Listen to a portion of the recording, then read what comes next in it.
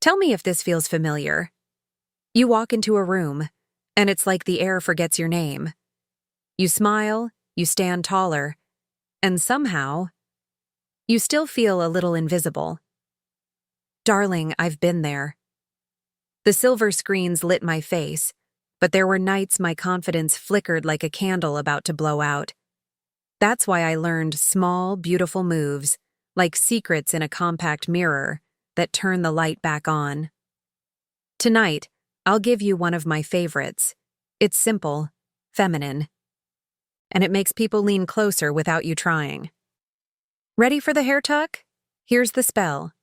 You don't rush it, you don't fuss, you just gather a soft strand, tuck it behind one ear, and let a sliver of your neck breathe. That's it.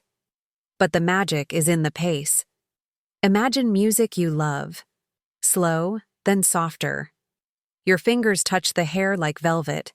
Your wrist stays relaxed. You give the moment 2 seconds longer than necessary, and you let your eyes travel, down for a heartbeat, then up to meet theirs. A tiny smile, not a grin. A suggestion, not a shout. Why does it work? Because the neck is a whisper, not a billboard. It's a quiet reveal. It says, I'm comfortable in my skin. I'm at ease with attention. People don't always know why they turn their heads. They just do. And you didn't chase. You invited. Use it when you first say hello. When a conversation stalls. When someone asks a question and you want the room to listen. A gentle tuck, the soft glimmer of your earring, your lips parting like you're about to speak. Then the first word arrives like champagne bubbles. Do you feel it? You're guiding the moment, without ever raising your voice. Let me tell you a confession. There's a myth that confidence is loud. Mine never was. My confidence lived in the small timings. The blink I didn't rush.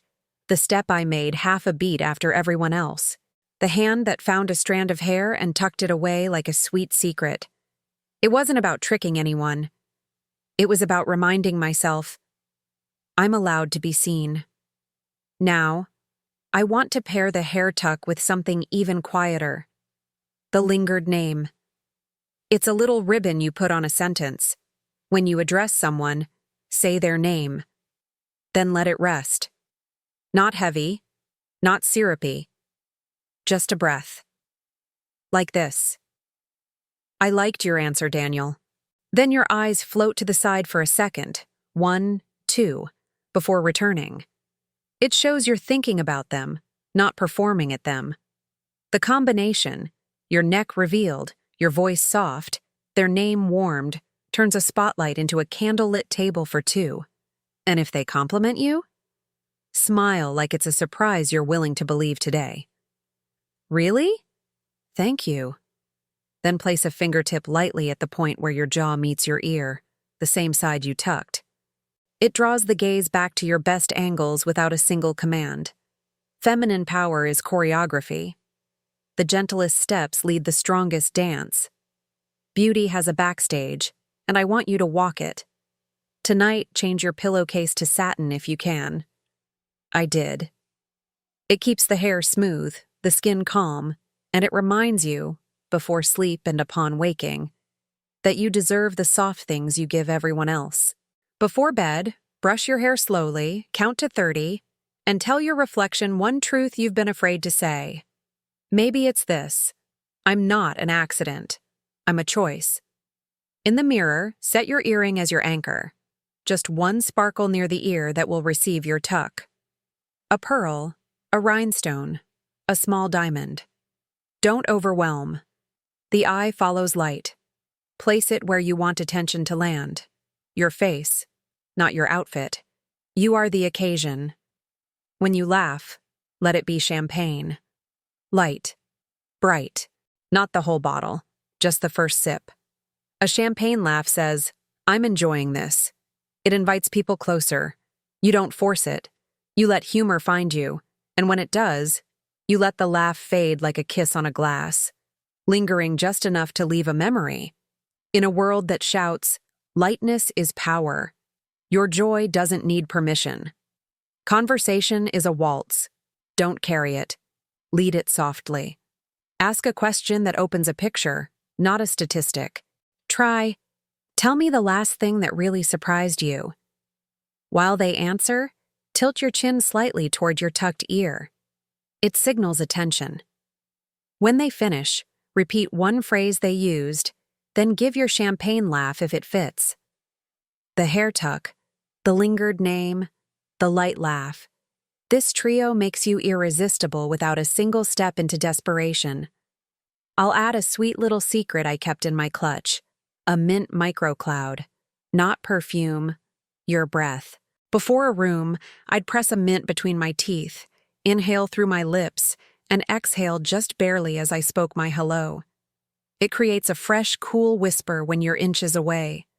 People don't know why they want to lean in. They just do. Keep it tasteful. 2 mints. That's all. Another confession. I wasn't always brave with other women. Sometimes I felt competition where I could have felt family. I learned to disarm that fear with a feminine trick I call the compliment boomerang. As you arrive, find a woman and mean it. Your eyeliner is delicious. That jacket is perfect on you. Do you know what happens? The room's temperature changes, she becomes an ally, and the men notice the glow passing between women. Nothing is more magnetic than women who like women. It says you're secure. It says your beauty isn't borrowed. It's built. Here's a gentle way to steer romance without losing grace. The invitation and the delay. If someone you like asks to see you, smile and offer a specific suggestion. Thursday, early evening, somewhere with low lights. Then add a soft delay. Text me tomorrow after lunch. We'll confirm. It's not a game. It's a rhythm. You show interest and self-respect in the same breath. Desire breathes in room, not in rush. Men, women, rooms, cameras. They all followed the same rule with me. They followed where I placed softness. If I put softness in my voice, they listened. If I put softness in my silence, they waited. If I put softness in a hair tuck, they leaned closer. That's the secret. Soft isn't weak, it's irresistible. Mid-roll pause for you and me. Which small ritual would you try tonight? The hair tuck, the lingered name, or the champagne laugh? I want to hear your choice in the comments, and if these secrets are awakening something in you, join me here. Tap like and subscribe so you don't miss the next chapter of your power. Let's circle back to the stage you'll stand on tonight. Your posture. Don't think soldier. Think soft S. One heel slightly behind the other. Knees relaxed, hips a whisper, shoulders like silk slipping off a hanger. And your throat? Free. That's where your voice lives. When you tuck your hair, feel that open space. It's not just revealing skin, it's releasing sound. Your words will drift warmer when your throat isn't clenched.